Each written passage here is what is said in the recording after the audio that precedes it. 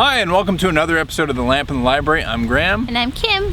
And today we have a very special episode. We're going to be talking about comfort reads. Yes, these are books that you're able to return to repeatedly because they just help you feel comforted and, a little at home. And we thought this was a good week to do this because it's been, a week of uncertainty, tension, anxiety. So we thought, why not talk about a book that we each find to be comforting? So Graham, what do you look for in a comfort read? I think in a comfort read, it's a book that you can return to again and again. And you know the plot beats, you know the characters, but there's something about the book that really resonates with you on a deep level. So you just want to keep returning to it, and every time you do, it's comforting somehow. And maybe each time you return to it, you also, you get something new from it. Yeah. So what's your first book for part one? Yeah, so we'll be returning to this, I'm sure, various times in the future. But the first book that came to mind for me in terms of comfort reads was The Call of the Wild by Jack London. Obviously, it's a classic book. I read this book when I was a child, really resonated with me. And then I was a teacher for a little bit, and I taught this book and really loved doing that.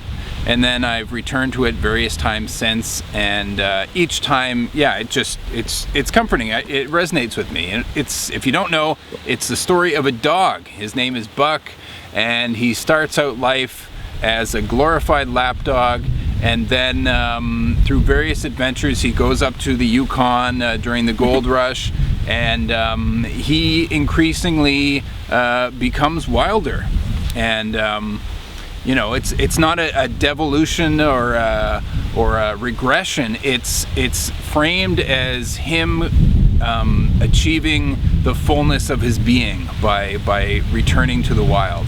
And I really like that theme. I think that theme resonates. Cooper here, half wild. Absolutely. Well, do you think that you have an inner Buck that's been tamed by your librarian self?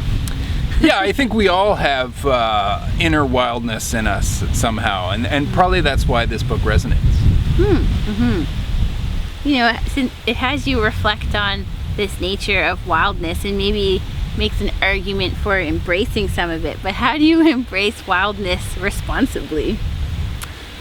I don't think this book gives any insight into how to do that, but you probably embrace wildness responsibly by reading this book every couple of years. There you go. A librarian answer. And what's your book? Well, I was really thinking about this idea of things you return to, and I realized that I am the type of personality that, when I'm maybe feeling a little anxious or just a little down, I tend to return to certain shows over again and watch them, and I find it very comforting. I like that I know what's going to happen, but they tend to be really well written shows, very witty, so that you always get something new from them. And I realized that there's a plot structure I'll often return to, and that it's not just this book, but even different media adaptations of it that I'll return to. And if you haven't guessed already, my pick is Jane Austen's Pride and Prejudice.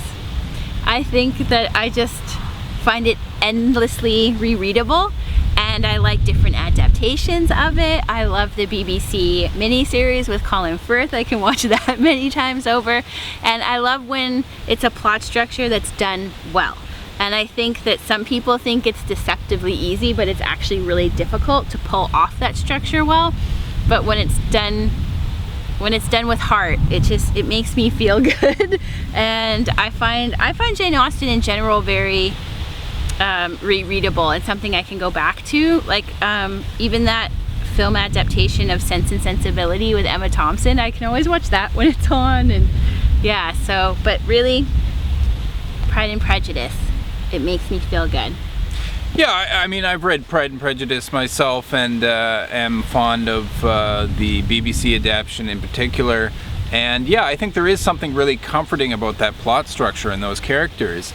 And there's been many adaptations, but it's also been the basis for many other movies, like Bridget Jones's Diary, for example. And I mean, it's the basis for the rom-com. So it is a very great example of a really comforting story that resonates with many people. And done best still by Jane Austen. Well, what are your comfort reads? Let us know in the comments. Yes, and thanks so much for watching. If you like this video, please give it a thumbs up and subscribe to the channel down below and hit the bell notification so you always know when we have a new episode. Thanks so much for tuning in to The Lamp in the Library. Keep well. And keep reading.